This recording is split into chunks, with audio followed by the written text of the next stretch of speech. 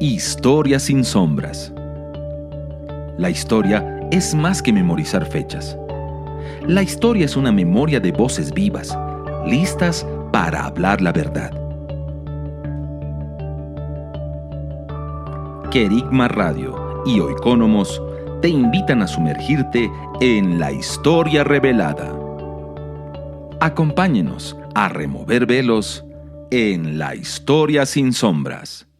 Hola queridos amigos, a un nuevo episodio de Historia sin Sombras, un programa que se ha levantado con el objetivo de que tú puedas ahondar en profundidades de la historia en base a la revelación en tanto de cómo podemos abordar desde nuestra fe, pero cómo también el Señor va mostrando muchas cosas que estaban ocultas y que necesitamos repensar y una vez más reconfigurar.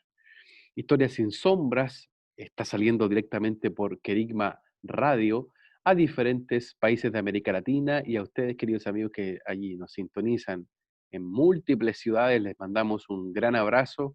Hemos recibido muchos mensajes y también felicitaciones por este programa y sin duda alguna nos alienta a poder o a seguir avanzando, entregando este material y entregando también estas palabras que esperamos que puedan traer mucho fruto en todos ustedes que nos están sintonizando semana a semana. Me acompaña en esta ocasión Ángelo Palominos. Ángelo, es un gusto también poder saludarte y también te invito a que puedas dar tus palabras de bienvenida a todos nuestros amigos. Así es, un gustazo estar nuevamente en un nuevo capítulo de Historias sin Sombras, en esta oportunidad para abordar un programa y una temática que creo que va a ser de verdad de mucha bendición y de mucha luz para todos los auditores que se estarán sumando a este programa. Así es, Ángelo. Hemos hablado de múltiples temas, así que también les invitamos a que revisen los diversos programas que tenemos. En YouTube de Economos, también prontamente Kerigma Radio va a tener dispuestos en sus plataformas los diferentes programas que ya han sido emitidos, pero también ante cualquier pregunta o alguna duda o inclusive algún comentario, te invitamos a que nos escribas a contacto@oikonomos.cl. Lo repito, contacto@oikonomos.cl. Este es un programa que el Centro de Estudios Oikonomos ha estado llevando, desarrollando, como te decía adelante, con el fin de poder develar diferentes episodios de la historia. Y hemos hablado de la reformadora, por ejemplo, Juana del Bret, hemos hablado incluso del racismo y otros temas que han estado en la palestra. En esta jornada queremos invitarte a profundizar en un episodio muy importante. Queremos en esta jornada invitarte a que podamos hablar acerca de la Revolución Francesa. Eh, un punto histórico que marca un antes y un después en Europa. Estamos hablando de 1789. En Europa se da este fenómeno que, como te decía, marca la historia no solamente de Francia, sino que también va a generar un proceso de transformación a nivel social, cultural, político, económico y también, por supuesto, espiritual. La Revolución Francesa va también a servir como ejemplo para las revoluciones que se van a dar en gran parte del continente americano y por supuesto también en el continente europeo. Este proceso que involucró gestar una crisis y un quiebre con el antiguo régimen, es decir, con las monarquías, buscaba establecer un gobierno popular, es decir, un gobierno que tuviese separación de poderes del Estado y al mismo tiempo que pudiese también eh, entregar esta idea de democracia griega en una era moderna, ¿cierto? En estados después de los mundos que se habían dado, ¿cierto? En el orden medieval y también en el orden más tarde contemporáneo moderno. Ángelo, ¿qué podemos decir a modo de introducción acerca de la Revolución Francesa? Sí, yo creo que algo muy interesante es que a veces se hace como difícil para nosotros, desde el punto de vista del presente, de la historia presente o de la actualidad, poder vislumbrar lo que significó este episodio de la historia. Y muchas veces lo vemos, claro, como un relato histórico, pero que de alguna manera terminó transformando por completo las estructuras políticas, sociales, incluso en algún sentido económicas de Europa, y también se fue extendiendo a lo largo del mundo, incluso como tú decías, con repercusiones también en América. Eh, y lo que creo que hay que comprender es que hasta fines del siglo XVIII aún existía un gobierno, un sistema de gobierno que se le denominaba como monarquías absolutistas, es decir, sistemas de gobierno donde el poder estaba concentrado en una sola persona, en el rey, quien se suponía gobernaba por mandato divino, es decir, se suponía, ¿no es cierto?, que él podía gobernar con toda esta autoridad, con esta investidura, de acuerdo a la voluntad de Dios, ¿sí? Ese era el supuesto detrás de la idea de por qué él podía gobernar un rey y tener este nivel de concentración de poder. Y pienso que es un elemento muy interesante porque hoy día, como vivimos justamente en sistemas democráticos, es muy difícil para nosotros a veces pensar en la figura de lo que significa un rey en términos, digamos, de nuestros actuales sistemas políticos. Hoy día los reyes que conocemos tienen más bien un sentido más casi como un poco estético, ¿no es cierto? Pero no tienen en la práctica el poder que tenían en la antigüedad.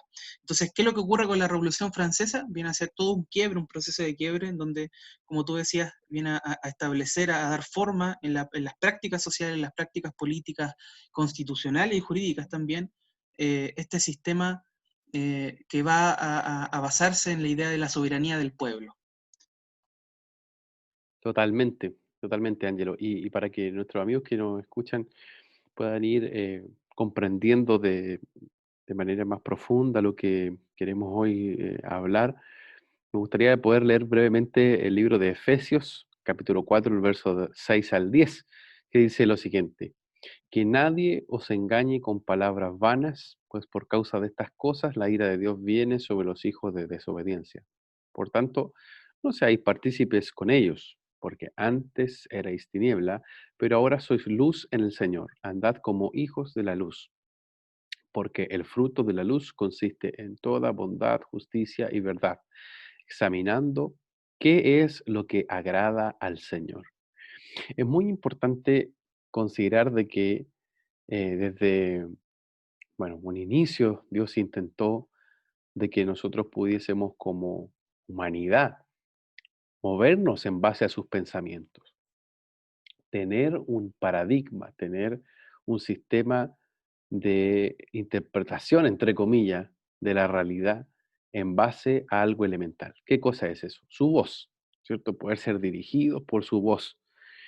Y eso nos lleva, ¿cierto?, a rememorarnos a Génesis, ¿cierto? A como el mismo Adán y también Eva tuvieron que diferenciar entre el árbol del bien y del mal, y el árbol del conocimiento y el árbol de la vida. Y en este sentido, la Revolución Francesa, eh, yo diría que es parte de este mismo ejemplo o ilustración. ¿En qué sentido?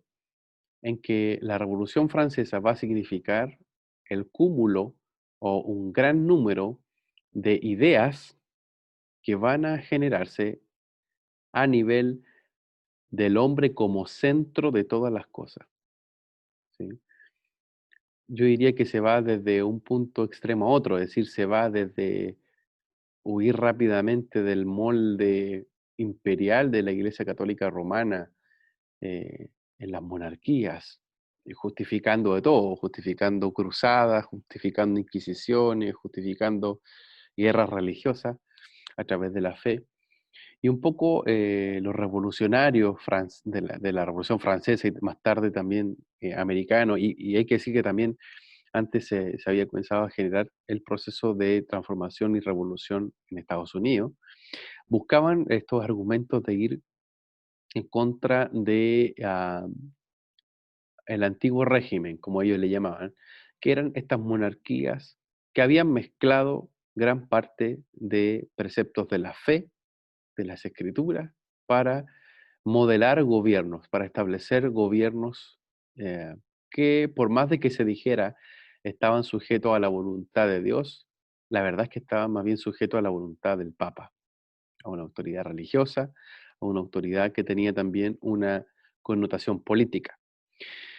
Entonces, la revolución surge como una respuesta a este paradigma de pensamiento que venía asociado a un modelo de Constantino, ¿cierto? Un modelo donde se mezclaba religión y política. ¿Y por qué yo lo situaba y daba este ejemplo de Génesis? Porque allí se tuvo que diferenciar y se tuvo que discernir entre la voz de Dios, el árbol de la vida, y el árbol del conocimiento del bien y del mal.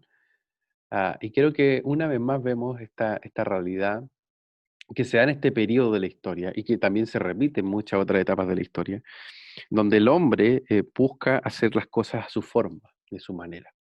Pablo decía que nadie los engañe con palabras vanas. Nosotros somos hijos de la luz, pero tenemos que andar como hijos de luz. Es decir, que tengan el fruto de bondad, de justicia y de verdad. Todos esos elementos van a ser de alguna manera tergiversados y yo diría interpretados a la forma en cómo el humanismo de la Revolución Francesa va a darle un significado totalmente antropocéntrico, es decir, totalmente centrado en el hombre. Y ahí se va a utilizar un concepto muy importante, la ilustración. Es decir, antes de llegar al proceso de revolución como tal, es decir, la toma de la Bastilla, es decir, esta acción de protesta eh, y de luchas sanguinarias, antes de llegar a ese punto, vamos a tener también un sinnúmero de ideas que se les va a llamar, se les va a hacer, yo diría, mostrar a la gran población francesa y también europea, de que la ilustración era la luz de esa época. Es decir, era la idea de que ah, el sacar la categoría y la jerarquía de los reyes y poner al hombre en el centro de todo, también significaba sacar a Dios de todo. También significaba para ellos sacar todo rastro de Dios de los países europeos. Entonces, vamos a ver una confrontación que no solamente responde a una jerarquía política, sino que también responde a los simbolismos religiosos de la época. Y dentro de eso, gran parte de los revolucionarios van a tomar esta idea de la ilustración para, como bien les decía, generar un antes y un después, es decir, provocar una revolución. Estás en sintonía de Querigma Radio, extendiendo el mensaje del reino de Dios a todas las naciones de la tierra. ¿Vives en Santiago de Chile y no tienes dónde congregarte? Te invitamos a que nos contactes en nuestro sitio web www.ciudadeluz.cl. Te esperamos. Querigma Radio, enseñando principios que ayuden a la iglesia a vivir en el Espíritu. De manera práctica, real y completa. Querigma Radio. Te invitamos a suscribirte a nuestro canal de YouTube. Búscanos como CCA Ciudad de Luz. Ahora seguimos con tu programa, Historia sin Sombras.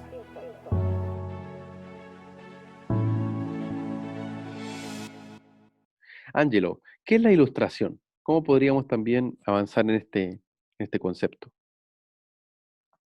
Sí, la ilustración es todo un proceso de cambio cultural, pero también un movimiento intelectual que surge a mediados del siglo XVIII y también se extiende durante el siglo XIX, y que de alguna manera buscaba, como tú lo decías, terminar con lo que de alguna forma se denominaba como una suerte de etapa del oscurantismo y de supersticiones por la creencia de las personas en la religión. Y también obviamente buscaba la idea de establecer la idea de que los seres humanos podían pensar por sí mismos. Ahí aparece, por ejemplo, probablemente el pensador más relevante de la Ilustración es Immanuel Kant, quien señala que la Ilustración es una suerte como de etapa superior del hombre, donde el hombre pasa a su mayoría de edad, donde empieza a pensar por sí mismo para librarse, por así decirlo, del peso de la tradición, del conocimiento pasado, antiguo, religioso, supersticioso, y por lo tanto se llega a esta nueva etapa donde hay una especie como de luz, ¿no es cierto? Y de ahí la idea de la Ilustración, de poder tener un hombre de alguna forma, un ser humano, ilustrado que piensa por sí mismo, que adquiere conocimiento y en base a sus conocimientos es autosuficiente y de alguna manera ya no depende de estructuras como la monarquía o la iglesia. Sin duda, sin duda. Se arma esta idea de ir contra las monarquías, pero también la iglesia. O sea, había una indivisibilidad, es decir, era casi inseparable para el revolucionario monarquía de iglesia, y por lo tanto la Ilustración va a funcionar en esa tónica. Ahora, creo que en este programa, más allá de describir todo el proceso que creemos que es importante y lo estamos haciendo, para que ustedes puedan tener el conocimiento histórico, lo que nos convoca es poder ir quitando estos velos, ¿sí? Y justamente la Revolución Francesa se arma en una perspectiva de las ideas. Hay algunos escritores como Darrell Miller y otros más que dicen las ideas tienen consecuencias. Algunos dicen no todas las ideas tienen consecuencias, pero gran parte de ellas sí influyen o sí inciden en generar alguna reflexión. Y en este caso la Ilustración como tal es un movimiento espiritual. Las ideas son espirituales, ¿sí? Las ideas no solo vienen del cantar en la mañana y sentirse inspirado para hablar algo, sino que las ideas funcionan en un plano en el cual nuestra alma recibe una dirección o un sentido de, por lo menos así lo muestra la escritura, ¿cierto? Como muchas ideas están conectadas a múltiples fuentes, fuentes del corazón, fuentes del pasado, incluso es más profundo, la escritura muestra cómo el corazón es engañoso, ¿cierto? Y cómo cuando Jesús llega a juzgar con fuerza lo que salía del hombre era lo que salía de su corazón, más allá de lo que meramente la ley señalaba en términos de la práctica. Es decir, Jesús miraba el corazón, porque de él mana la vida, es decir, desde él fluyen no solo pensamientos, sino que también pensamientos que más tarde se van a construir o se van a convertir en acciones. Entonces, la Ilustración como tal tiene un proyecto y ese proyecto es poder sacar a Dios de todo. Y a veces parecería exagerado lo que estamos hablando, pero no lo fue, y ahí vamos a ir dando ejemplos de por qué no fue tan exagerado o no es tan exagerado lo que estamos hablando. Incluso pareciera que es solo algo moderno. Ya me pasa que de pronto, y no sé si tú lo has escuchado, Ángelo, que a mí me toca de pronto escuchar a algunos amigos o hermanos que dicen, mira qué terrible todo lo que hoy día está pasando en relación, por ejemplo, a temas de aborto o incluso a temas de educación en los colegios, etcétera. Y esto no es algo nuevo, sino que incluso en este periodo, en el siglo XVIII, la Revolución Francesa y gran parte de la Ilustración tiene ideas bastante polémicas. Por ejemplo, ellos tienen el propósito de que la enciclopedia reemplace a la Biblia, ¿sí? La enciclopedia es, yo diría, la recuperación de esta idea griega de poder dominar o controlar el conocimiento, el saber, y tenerlo a la mano, es decir, tenerlo todo muy cercano, y desde ahí tomar determinaciones y tomar decisiones, es decir, reemplazar la escritura, reemplazar la voz de Dios, reemplazar la dirección por la enciclopedia. Y es bien polémico porque, por ejemplo, Diderot, que fue quien dirigió la enciclopedia, era profundamente ateo, es decir, era bastante duro en contra de Dios, pero al mismo tiempo otros personajes como Voltaire también lo eran así de polémico. Por ejemplo, Voltaire llegó a decir lo siguiente en su Tratado de Metafísica de 1734: los hebreos han sido siempre o vagabundos o bandoleros, o esclavos, o gente sediciosa. Todavía hoy son vagabundos en la tierra, y el horror a los hombres les hace decir que tanto el cielo como la tierra y todos los hombres han sido creados para ellos. Voltaire era antisemita. Voltaire tenía, o sea, esto es la gente que escribe gran parte de la enciclopedia, o sea, se toma la Ilustración como el punto de partida para el pensamiento moderno, pero sin embargo, miren lo que también estamos leyendo. El mismo Voltaire en 1764 escribe un artículo que se llama, o que versa acerca de lo antropófago, en un diccionario filosófico, y miren lo que dice Voltaire. Dice, ¿por qué los judíos no habrían sido antropófagos? Hubiese sido la única cosa que hubiera faltado al pueblo de Dios para ser el más abominable de la tierra. Eso hablaba de los judíos Voltaire, que les faltaba solo ser antropófagos para ser el pueblo más abominable de la tierra. Además era racista porque comparaba a la gente de color o de tez morena con los animales de la selva, y específicamente los comparaba con los gorilas o los elefantes. Es decir, toda esta gente que estamos diciendo es la que va a alimentar la revolución, y gran parte de la idea de la Ilustración van a ser muy polémicos, y van a ser muy polémicos en lo que ellos creen, en lo que ellos piensan. Muchos de ellos son deístas, es decir, creen en Dios y tienen una idea de Dios, pero sin embargo es este Dios masónico, es el gran maestro del arquitecto. La Ilustración en la Revolución Francesa, como les decía antes, estuvo muy conectada con lo que fue el proceso de independencia de Estados Unidos y de sus fundadores, George Washington, Benjamin Franklin. Todos ellos van a tener una idea bastante deísta, ¿sí? Es decir, creen en un Dios como un gran arquitecto, pero no es el Dios cristiano, al contrario, usan la fe para articular un proyecto político, ¿sí?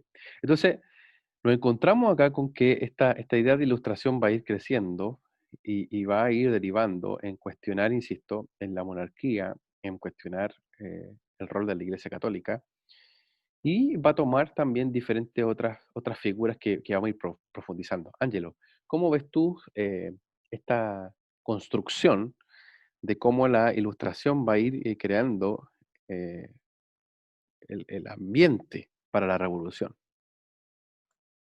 Sí, yo diría que además de todos estos pensadores, filósofos que mencionabas como Voltaire, o los que también comentamos como Kant, eh, me parece que hay uno también que es muy relevante, que es Rousseau, ¿sí?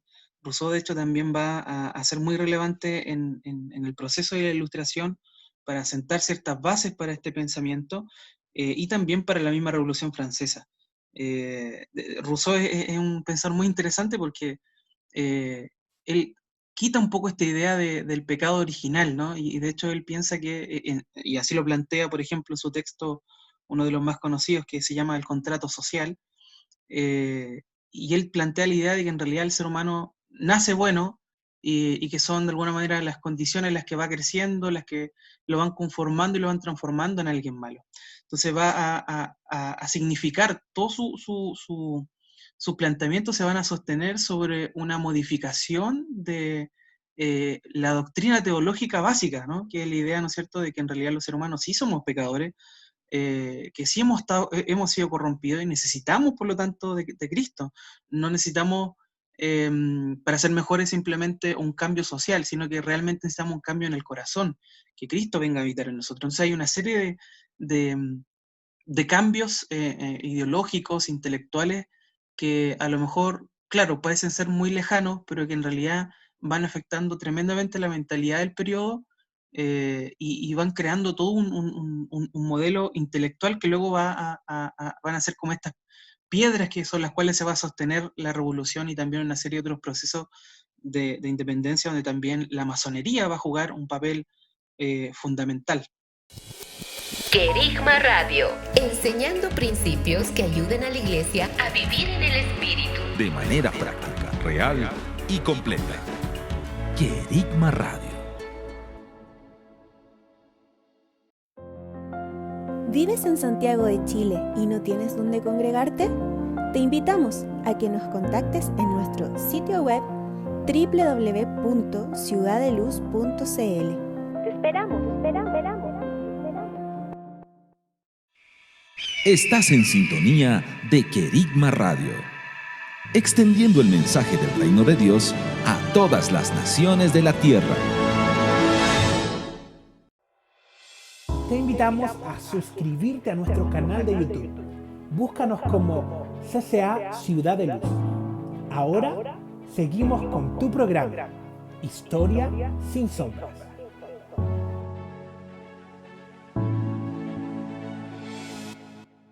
Estamos en Historia sin Sombras por Querigma Radio y estamos hablando hoy acerca de la Revolución Francesa.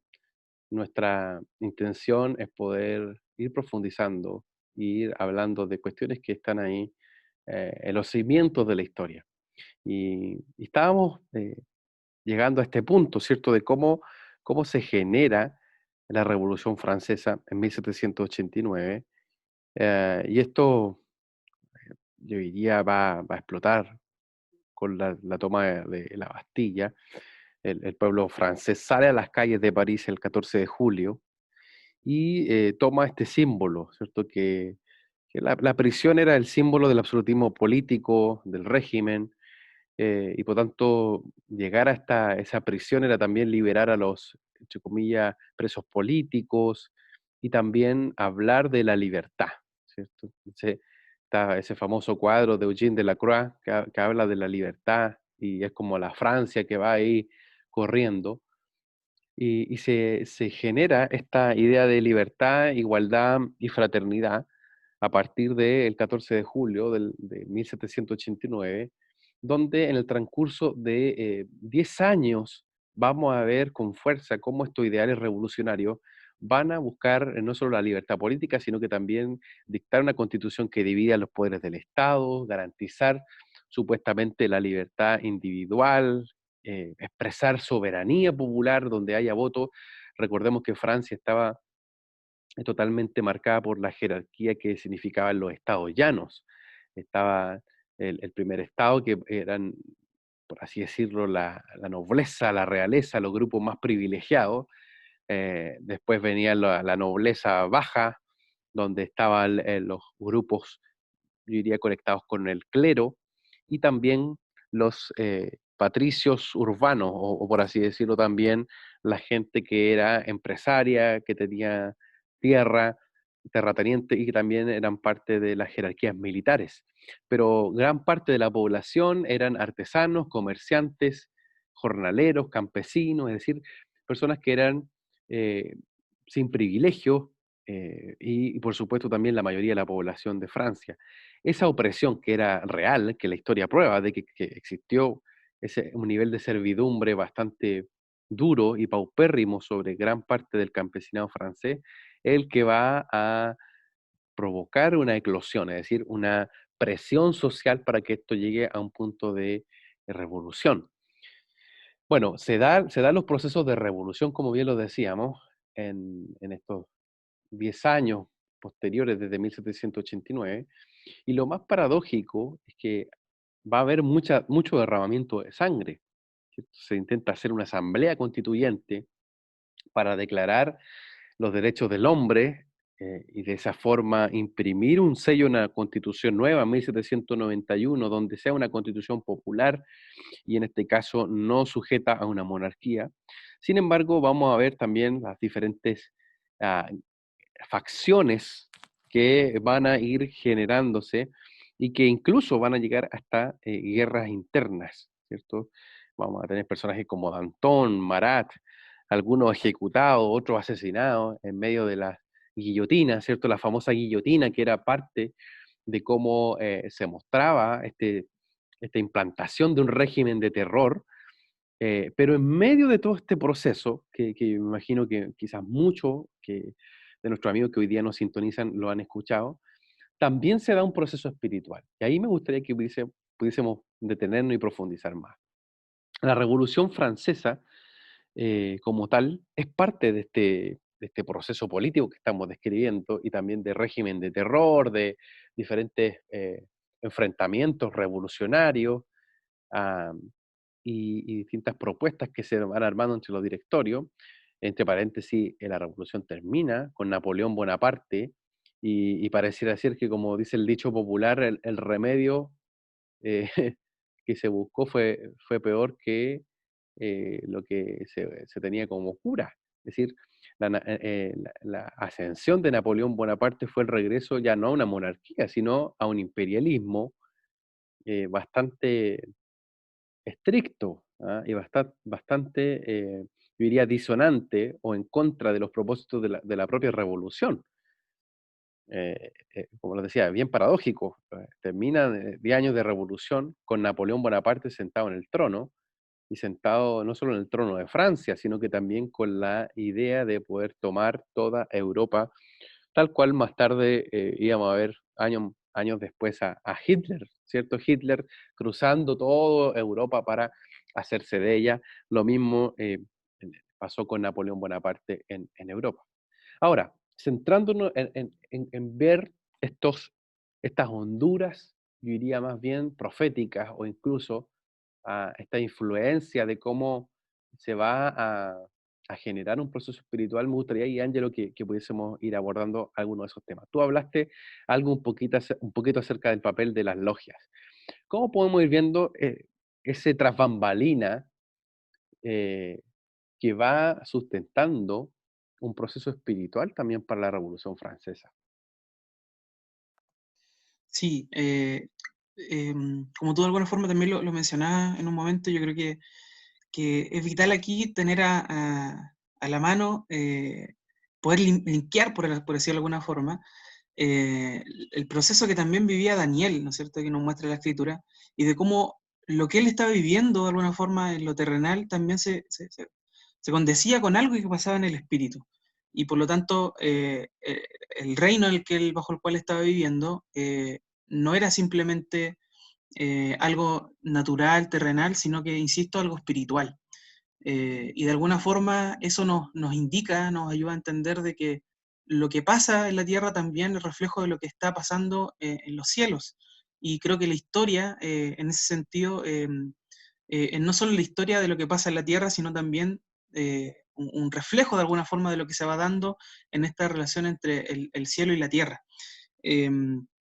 Y es muy interesante porque efectivamente en la Revolución Francesa no solo vemos un asunto, digamos, meramente natural, terrenal, sino que vemos también un elemento espiritual muy claro, muy profundo, y como lo mencionábamos, hay un papel que la masonería cumple en la Revolución Francesa. Los autores en general tienden a dejar un poco esto de lado, pero sí hay quienes lo mencionan y lo tienen muy, muy a la vista. De hecho, hay casos como, por ejemplo, las Memorias para servir a la historia del jacobinismo, que es un texto que escribe un cura, que se llama el cura Barruel, y que él justamente lo que hace a través de este texto es dar cuenta de cómo la masonería, y en este caso la masonería francesa, jugó un papel fundamental para poder impulsar este proceso de revolución. Y él señala lo siguiente, dice: muchos años de esta revolución francesa, había hombres que se hacían llamar filósofos, conspirando contra el Dios del Evangelio, contra toda la cristiandad sin excepción, sin diferenciar entre iglesias protestantes o católicas, anglicanas o episcopales. Esta conspiración tenía como objetivo esencial destruir todos los altares de Jesucristo. Era la conspiración de los sofistas, entre comillas podríamos decir como los filósofos de la época, ¿no es cierto? Los sofistas de la incredulidad y de la impiedad. Obviamente aquí haciendo referencia a los filósofos de la Ilustración. Y dice: en la escuela de estos sofistas de la incredulidad se constituyó muy pronto el grupo de los sofistas de la rebelión, del ateísmo contra los altares de Cristo. Y señala, dice, se agruparon con la vieja secta de la masonería. Y dice y señala directamente: de esta coalición surgió el Club de los Jacobinos. ¿Quién eran los jacobinos? El principal movimiento político que se levanta para poder llevar a cabo la revolución, y probablemente el grupo más extremo. Entonces ahí vemos cómo hay un autor que nos muestra que efectivamente hay un papel, un rol que jugó la masonería en todo esto, y también no es el único. Hay un autor que se llama Adam Schaff, que escribe el texto Historia y Verdad, que relata justamente las distintas perspectivas que ha presentado de alguna forma la historiografía para abordar este proceso, y mostrando cómo también están estos autores que dan cuenta de que la causa de la revolución de alguna manera está vinculada al papel de la masonería. Así también lo hace, por ejemplo, Louis Blanc y su Historia de la Revolución Francesa, que de hecho tiene un capítulo que se titula Los revolucionarios místicos, consagrado justamente a la influencia de la francmasonería en la revolución. Mm. Bastante interesante, bastante interesante. De hecho, es muy curioso porque tú nombrabas el rol de los jacobinos para impulsar la revolución. Y Jacob es un personaje bastante importante en la escritura. Jacob tiene la unción de conquistar territorio. Jacob es quien tiene el llamado a poder soltar palabras expansivas sobre sus generaciones. Y, y sabemos que los nombres no son casuales. Quienes hemos visto los procesos proféticos en diferentes naciones, entendemos de que si alguien va a usar el nombre de Jacob, no lo hace de forma casual. Jacob tiene una connotación profunda y son justamente estos jacobinos eh, que lo usan, bueno, están los jacobinos y los girondinos, que eran como los grupos más importantes, pero los jacobinos tenían ese nombre basado también en lo que algunos llamaban el Club de los Jacob, por los frailes dominicos, que eran parte de un convento en donde se fundó también eh, esta orden en París, y tenían también un culto muy importante asociado a la figura de Santiago, es decir, tiene mucha coherencia, ¿cierto? En relación a cómo ese club de los Jacob que estaba ahí dedicado a Santiago, Saint Jacques, y en latín Jacobus, era también este refugio para este grupo que se va a ir juntando ahí. Es decir, hay una mezcla de cosas, porque no solamente eran masones, sino que también se juntaban en el lugar dedicado a Santiago, eh, Saint Jacques, y de ahí se hereda el nombre Jacobus, o los jacobinos, es decir, los pequeños Santiago. Es decir, hay una revolución, por así decirlo, de Santiago, en base a la carga que adhiere en su nombre este proceso de revolución con este grupo, los jacobinos, es decir, gente conectada a Santiago. Hay otros temas que parecen ser bastante interesantes y que también ahí tú los mencionabas algo, Angelo. Por ejemplo, ellos van a hacer diferentes ritos o inclusive declaraciones para conectar la revolución a un modelo cultural griego, o por así decirlo, greco-romano, ¿sí? La Revolución Francesa y los sofistas de la Revolución, que también señalaba Angelo recientemente, quería barrer con toda la herencia cultural del mundo medieval, de la Iglesia Católica, de lo que eso significó. Y para ello quisieron hacer un salto, yo diría, cuántico inclusive, volviendo al pasado greco-romano. Entonces, hacen diferentes rituales, hacen diferentes declaraciones para generar esa vinculación espiritual y profética con Grecia y Roma. Por ejemplo, el 10 de noviembre de 1793 se erigió en París una figura muy importante, la consagración de la diosa Razón en la Catedral de Notre Dame. De esa manera se establece una figura, yo diría, eje o fundamental para los revolucionarios, que va a ser como un tipo de reina del cielo, va a ser como un tipo de madre de la revolución, la llamada diosa Razón. Y se da, o sea, hay fuentes históricas que prueban cómo el 10 de noviembre de 1793 en Notre Dame se hace una consagración de la revolución a la diosa Razón. Además de eso, de hecho, en junio de 1794 se va a comenzar a celebrar la fiesta del Ser Supremo, es decir, de la diosa Razón, en el campo de Marte. Y más tarde también van a generarse todo esto en los famosos campos elíseos.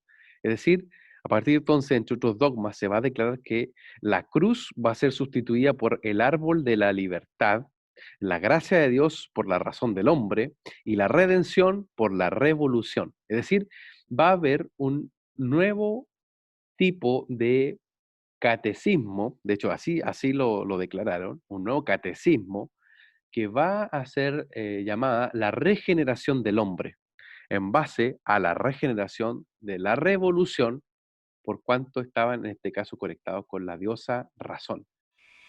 Estás en sintonía de Querigma Radio, extendiendo el mensaje del reino de Dios a todas las naciones de la tierra. ¿Vives en Santiago de Chile y no tienes dónde congregarte? Te invitamos a que nos contactes en nuestro sitio web www.ciudadeluz.cl. Te esperamos.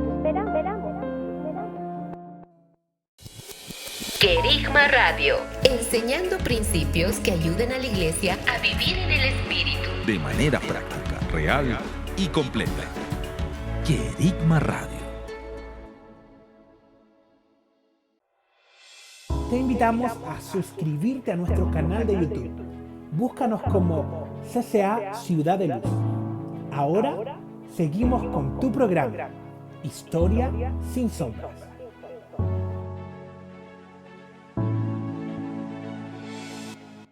Ángelo, ¿qué otras cosas tú has podido descubrir al respecto de este culto que se va a ir dando en la Revolución Francesa a la diosa razón? Sí, justamente en aras de poder barrer con toda la tradición cristiana, que por supuesto podemos criticar porque de alguna forma, más bien lo que había, más que una verdadera tradición cristiana, lo que había en realidad era una utilización de la doctrina cristiana con otros fines, por supuesto, como solía ocurrir con las monarquías. Pero lo que de alguna forma viene a hacer esta revolución, y particularmente lo que hacen los jacobinos y también entre medio, digamos, en las sombras, la masonería, es poder instalar, ¿no es cierto?, a esta diosa de la razón, y entronarla, ¿no es cierto?, como con la nueva deidad, ¿sí? Una nueva deidad, y me parece muy interesante eso porque no solamente va a quedar en Francia, sino que es algo que se va a ir extendiendo a Europa y a distintas partes del mundo. Y esto es un cambio brutal porque no solamente es algo que se produce en términos públicos, esta entronización de esta diosa de la razón, sino que también además hay un cambio incluso de calendario, o sea, se cambia el típico calendario gregoriano, ¿no es cierto?, entre comillas, medio cristiano, ¿no es cierto?, muy entre comillas, pero se cambia por un calendario entre comillas republicano, ¿no es cierto? Entonces, con temporadas distintas, con días distintos, incluso con festividades propias de la revolución. Y también, como tú decías, se erige todo un templo de la razón en la Catedral de Notre Dame, pero también en otras iglesias, varias iglesias, de hecho, en Francia, en París. Y algo que a mí me llama mucho la atención es que, por ejemplo, el himno nacional de Honduras de 1915, una de las cosas que hace ese himno nacional es trazar una especie como de historia, ¿no? Entonces canta, el himno es un canto, pero a la historia desde la colonia en adelante, pasando por la Revolución Francesa, y cuando pasa por la Revolución Francesa, en particular en la estrofa quinta, dice lo siguiente, dice: era Francia la libre, la heroica, que en su sueño de siglos dormida, despertaba iracunda a la vida al reclamo viril de Danton. Era Francia que enviaba a la muerte la cabeza del rey consagrado y que alzaba, soberbia a su lado, el altar de la diosa razón.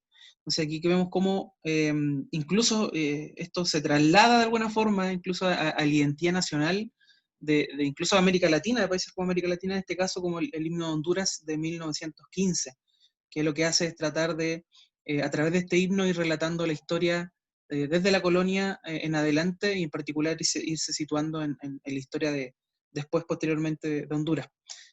Algo que también me parece muy relevante es que hay un autor que se llama Christopher Dawson, escribe él un libro que se llama Los dioses de la revolución, justamente para dar cuenta de que la Revolución Francesa no solo significó el intento por derrumbar los cimientos políticos del antiguo régimen, sino que también arremetió contra los principios, los valores, toda la cultura que se había sostenido en el cristianismo, ¿sí? Entonces, en realidad, esto significó también no solo un asunto de carácter político o cultural, sino que significó también un asunto religioso. Significó una batalla religiosa. Y por eso es que los revolucionarios franceses optaron por transformar el culto cristiano en una especie de culto revolucionario cívico, ¿sí? Y por eso es que ellos de alguna forma intentan entronizar a esta diosa de la razón en la Catedral de Notre Dame, y también ir estableciendo, configurando una serie de fiestas, ceremonias, ¿no es cierto?, para ir consolidando una nueva religión de Estado, ir modelando la cultura y el corazón de los franceses y también de Europa entera en relación a los postulados de la Ilustración, pero también en el fondo con la idea de poder entronizar a esta diosa de la masonería, esta diosa de la razón. Absolutamente, absolutamente. Y creo que tú señalabas un punto muy importante. Todo lo que va a ir haciendo Francia en el periodo de la Revolución Francesa va a servir como un modelo para más tarde los futuros independentistas o los movimientos de revolución en América Latina. De hecho, hay un gran, yo diría, copiar-pegar de los himnos, de los símbolos, de la heráldica, e incluso de declaraciones que van a estar conectadas con la Revolución Francesa y que se van a dar en la Revolución del siglo XIX más tarde en América Latina. La pregunta es si es que esta fue la Revolución Francesa o de verdad fue la Revolución de la diosa razón. Ahí algunos autores, y tú señalabas, por ejemplo, Dawson, hay otros más que han ahondado en poder explorar, por ejemplo, Michael Burleigh, que también en un libro que se llama Poder Terrenal, se dedica a ver y a describir, por ejemplo, cómo este culto que está conectado con la masonería está también muy, muy cercano al antiguo mitraísmo. ¿Ah? Es decir, la Revolución Francesa rescata estos símbolos del culto romano a Mitra. El gran símbolo que se usó fue, por ejemplo, el gorro frigio. Usaban un gorro frigio que significaba un pacto en el entendimiento, un tipo de sabiduría oculta, protegida por Hermes, o, en este caso, Mitra, dios persa de la justicia, que tenía una cobertura con sangre, es decir, usaban un sombrerito rojo, un típico sombrero rojo que está, por ejemplo, en los escudos de la patria de muchos países latinoamericanos. Bueno, ese gorro de Mitra fue el gorro que usaron los revolucionarios franceses en sus diferentes protestas o inclusive en tiempos de derramamiento de sangre. Mitra entonces genera un sistema de imitación de principios de gobiernos que entregaban sabidurías para gobernar y abrir coyunturas de revolución. Entonces, el mitraísmo, la Revolución Francesa, era parte de un culto post-masónico, es decir, parte de una forma de la masonería, un tipo de ocultismo filosófico, inclusive un modelo de manipulación importante. Hay un historiador que se llama Payam Nabarts, que escribió un libro que se llama The Mysteries of Mitra, Los Misterios de Mitra, y él dice lo siguiente, lo cito: el gorro frigio de Mitra es de color rojo, por lo tanto, los soldados de las revoluciones americana y francesa no llevaban cualquier viejo gorro de la libertad, pues este era el color específico de la tradición mitraica. El gorro de la libertad simbólica de origen persa fue símbolo de la revolución occidental que llevaron también las revoluciones latinoamericanas y que a la actualidad está presente en un gran número de emblemas nacionales. Y justamente uno encuentra ese gorro en el escudo de Haití, de Argentina, de Estados Unidos, de Bolivia, de Ecuador y así de diferentes otros países donde era señal del culto a la diosa razón o de este culto a Mitra el usar este símbolo. Creo que hay muchas cosas que están ahí bien profundas. Tú hablabas también, Angelo, del cambio que se da al calendario, es decir, cambiar los tiempos, cambiar las sazones, cambiar las temporadas, también conectándolas a diferentes entidades antiguas o entidades, en este caso, de Grecia y Roma. A mí me impresionó, por ejemplo, el catecismo revolucionario, donde ellos declararon lo siguiente: ¿qué es el bautismo? Esto decía el catecismo de la revolución. El bautismo es la regeneración del francés iniciada el 14 de julio de 1789 y apoyada por toda la nación francesa. ¿Qué es comunión? Rezaba el catecismo.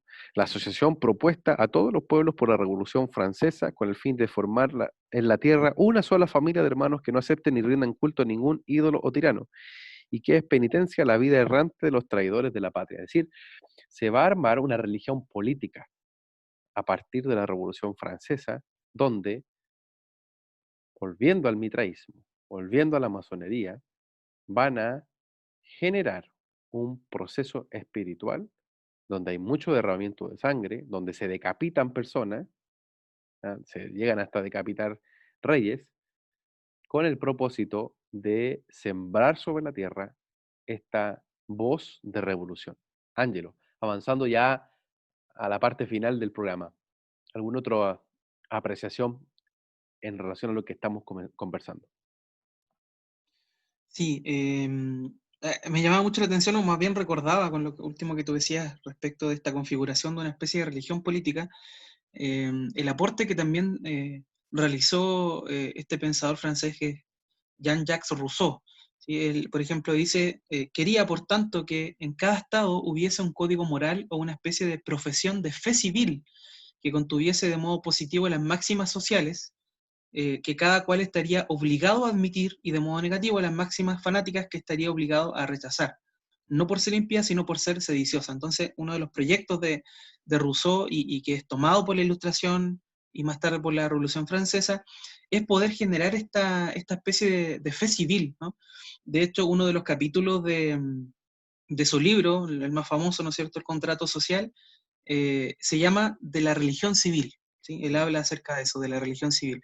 Entonces ahí toda una configuración de una religión, pero para, obviamente, en el plano, digamos, entre comillas, civil, aunque en realidad es muy espiritual, tiene una carga espiritual, ocultista y masona muy profunda. Absolutamente. Yo creo que si viésemos las consecuencias de la revolución, no son menores. La Revolución Francesa, como bien lo hablábamos, va a poner un piso para lo que más tarde va a ser el siglo XIX y los cuestionamientos de la fe en el ámbito público. El propósito de la revolución es la erradicación, es decir, es quitar cualquier forma de declaración abierta de fe en múltiples espacios públicos. Por ejemplo, a la fecha, Francia, al día de hoy, tiene un modelo, yo diría, hiperlaico. Por ejemplo, una persona no puede llevar una cruz al colegio o no puede poner no sé, un monumento de la Biblia en alguna plaza porque para ellos es ofensivo, es decir, no debiese haber ningún tipo de forma en la que las expresiones de fe fuesen abiertamente públicas. Es muy paradójico, ¿cierto? El país que hace más de casi ya 250 años atrás buscó la revolución y de la libertad, de la igualdad, de la libertad, eh, hoy día tiene como dentro de sus banderas el poder acallar las voces a cualquier tipo de fe en ámbitos públicos. Entonces, eso mismo, ese mismo modelo de pensamiento, más tarde se iba a importar, perdón, se va a exportar hacia las colonias españolas y después la República Americana. Y por lo tanto, vamos a tener consecuencias que están asociadas a la educación. Tú hablabas de Rousseau, ¿ah? Rousseau que es el padre de la educación moderna, la aparición de los liceos, la aparición del modelo de trabajo contemporáneo. Sí, todo eso va a estar indirectamente conectado a la Revolución Francesa y a la idea de iluminismo, es decir, la luz de la razón está por sobre la luz del espíritu. Y yo creo que ese es el gran tema con la Revolución Francesa, o sea, cómo una vez más puso al árbol del conocimiento del bien y del mal en el frente, eh, queriendo, entre comillas, sacar la religión, pusieron en este caso otro tipo de religión, una religión que era del conocimiento, que era de la mera razón, sin dejarnos avanzar directamente al árbol de la vida. Creo que ese tema es muy importante que hoy día podamos confrontarlo y podamos dejarlos abiertamente desnudos delante de nuestros auditores, delante de quienes están, de cómo la Revolución Francesa pone esta semilla, y de hecho lo hicieron, ¿ah? Reemplazaron, yo les leía adelante, cómo ellos van a buscar reemplazar a incluso un árbol, ¿cierto? Este árbol de la libertad, ponerlo ahí por sobre la cruz. Eso lo hicieron cuando se consagró en Notre Dame a la diosa razón. La cruz dejó de, entre comillas, de ser un símbolo oficial y se pone este árbol de la libertad, que más bien es el árbol del conocimiento del bien y del mal. ¿Sí? Ángelo, me gustaría que tú pudieses guiarnos en una oración junto a nuestros amigos que están escuchándonos y pudiésemos presentar al Señor nuestros corazones y nuestro entendimiento en relación a lo que hoy hemos podido conversar. Sí, amén. Oremos. Señor, te damos infinitas gracias porque sabemos que tú eres bueno. Sabemos que tú eres fiel y no nos desamparas, Señor, en medio en medio de cada una de las situaciones adversas que muchas veces podemos atravesar. Hoy día oramos, Señor, para presentarte, Señor, nuestro corazón, en primer lugar, pero también nuestra mente, entregarte ese regalo que nos has dado, Señor, de poder tener intelecto, Señor. Oramos para que el intelecto no sea tomado, Señor, por esta luz falsa, que no es la luz de Cristo. Oramos, Señor, para decir que tú eres nuestra luz y te reconocemos a ti como nuestra luz. Reconocemos que el Espíritu de Dios es el Espíritu de verdad y que la verdad no está conformada simplemente por nuestro razonamiento humano. Creemos que tú eres mucho más de lo que nuestra mente a veces nos puede decir. Creemos que tú puedes transformarnos, Señor. Incluso si en algunos momentos, sobre todo al estudiar, al estar involucrados en el sistema, Señor, en el sistema de este mundo, sin darnos cuenta, a veces hemos tenido esos sellos de la ilustración, esos sellos de esta falsa luz, de esta religión, de la diosa razón. Oramos para ser librados de eso, de quizás esos sellos que se establecieron en medio de los contextos universitarios, Señor. Oramos para que los jóvenes que están escuchando este programa puedan ser libres de cada uno de esos sellos y puedan correr a tu luz, a tu verdadera luz, Señor. Y toda oscuridad sea desmantelada, Señor, en nuestros corazones, en nuestra mente. Y nuestro entendimiento sea una ofrenda para ti, Señor, para ser útil al reino de los cielos y no un estorbo a lo que tú planeas hacer. Oramos por eso, en el nombre de Jesús. Amén.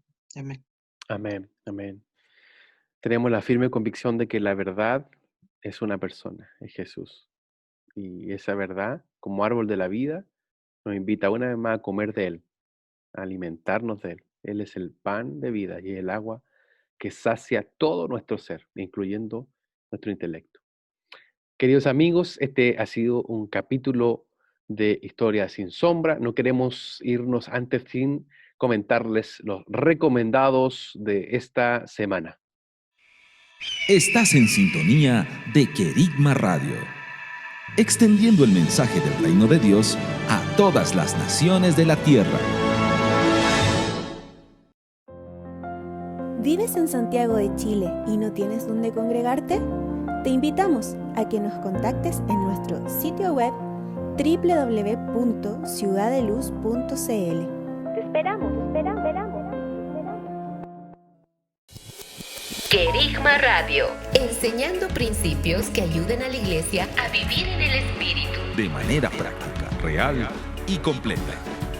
Querigma Radio. Te invitamos a suscribirte a nuestro canal de YouTube. Búscanos como CCA Ciudad de Luz. Ahora seguimos con tu programa, Historia sin Sombras.